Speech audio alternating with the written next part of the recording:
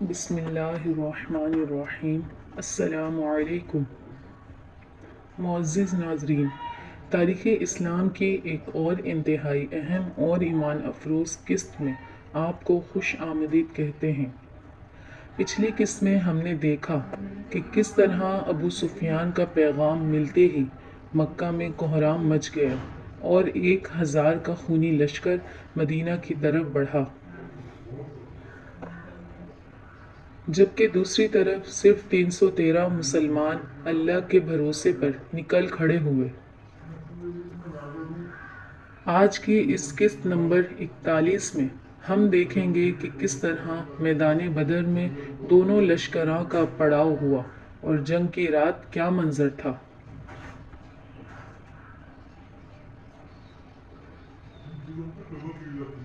ناظرین کرام، رمضان المبارک کا مہینہ تھا اور گرمی شدید تھی۔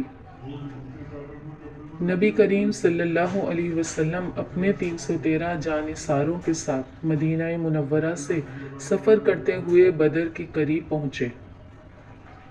بدر دراصل مکہ اور مدینہ کے درمیان ایک وادی کا نام ہے جہاں پانی کے چند چشمے تھے اور عرب کے قافلے وہاں سستایا کرتے تھے۔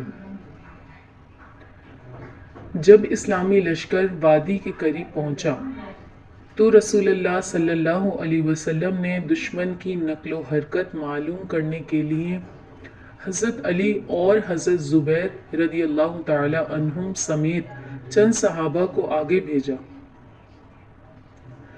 ان صحابہ نے بدر کے پانیوں کے پاس سے قریش کے 2 غلاموں کو پکڑ لیا جو مکہ کے لشکر کے لیے پانی بھرنے آئے تھے۔ جب انہیں رسول اللہ صلی اللہ علیہ وسلم کے سامنے لایا گیا اور ان سے تفتیشیں کی گئیں تو معلوم ہوا کہ قریش کا لشکر پہاڑی کے دوسری طرف پہنچ چکا ہے۔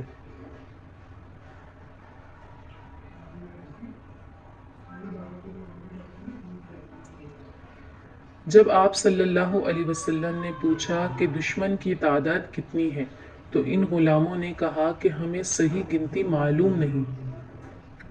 آپ صلی اللہ علیہ وسلم نے اپنی بے مثال حکمت عملی سے کام لیتے ہوئے پوچھا، وہ لوگ روزانہ ذبح کرنے کے لیے کتنے اونٹ کاٹتے ہیں؟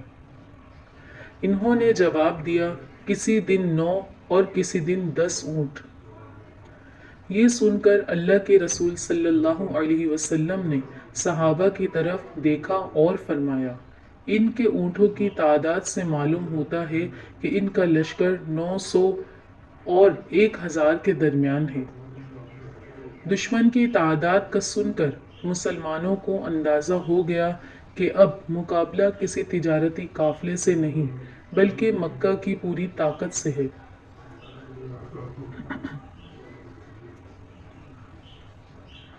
ناظرین کرام، اسلامی لشکر جب بدر کی وادی میں داخل ہوا تو وہاں ریتیلی زمین تھی جس پر پیر دھس رہے تھے اور چلنا مشکل تھا۔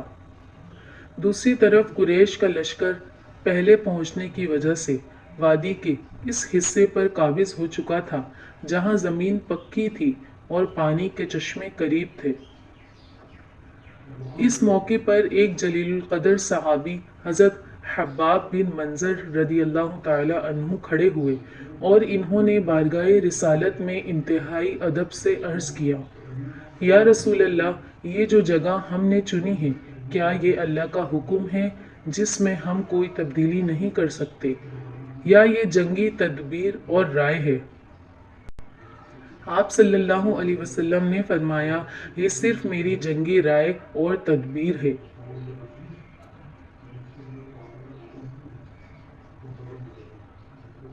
یہ سن کر حضرت حباب بن منظر نے عرض کیا، یا رسول اللہ، پھر یہ جگہ مناسب نہیں ہے، ہمیں آگے بڑھ کر قریش کے سب سے قریبی چشمے پر قبضہ کر لینا چاہیے اور باقی تمام چشموں کو بند کر دینا چاہیے تاکہ ہمارے پاس پانی کا ذخیرہ موجود رہے اور دشمن پانی کے لیے ترستا رہے۔ رسول اللہ صلی اللہ علیہ وسلم کو اپنے صحابی کی یہ جنگی تدبیر بے حد پسند آئی۔ آپ صلی اللہ علیہ وسلم نے فوراً لشکر کو آگے بڑھنے کا حکم دیا اور مسلمانوں نے رات ہی رات قریش کے قریبی چشمے پر پڑاؤ ڈال لیا۔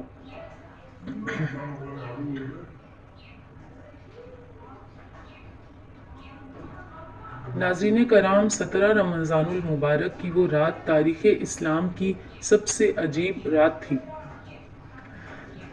اسی رات اللہ تعالیٰ نے آسمان سے ایک رحمت کی بارش نازل فرمائی۔ اس بارش نے مسلمانوں کی ریتیلی زمین کو جما کر پکا کر دیا، جس سے صحابہ کے لیے چلنا اور خیمے لگانا آسان ہو گیا، جبکہ دوسری طرف کافروں کے علاقے میں دلدل بن گئی، جس سے ان کی پیش قدمی رک گئی۔ اس رات اللہ نے مسلمانوں پر ایک ایسی پرسکون نیند طاری کی جس نے ان کی تھکن اور خوف کو بالکل ختم کر دیا، اور وہ صبح کے معرکے کے لیے بالکل تازہ دم ہو گئے۔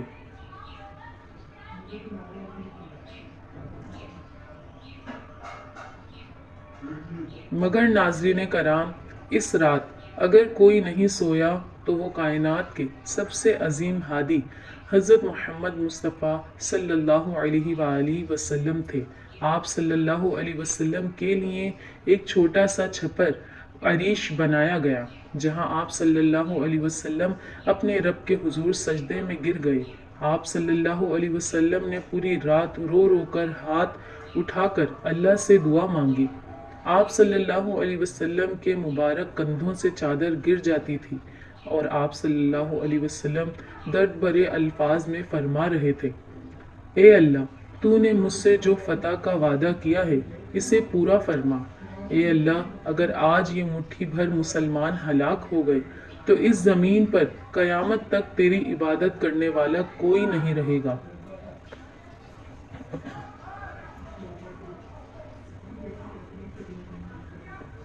آپ صلی اللہ علیہ وسلم کی یہ بے قراری اور دقت آمیز دعا دیکھ کر حضرت ابو بکر صدیق رضی اللہ تعالی عنہ تڑپ اٹھے۔ انہوں نے آگے بڑھ کر چادر مبارک آپ صلی اللہ علیہ وسلم کے کندھوں پر رکھی اور عرض کیا، یا رسول اللہ، بس کیجئے، آپ کے رب نے آپ کی پکار سن لی ہے اور وہ اپنا وعدہ ضرور پورا کرے گا۔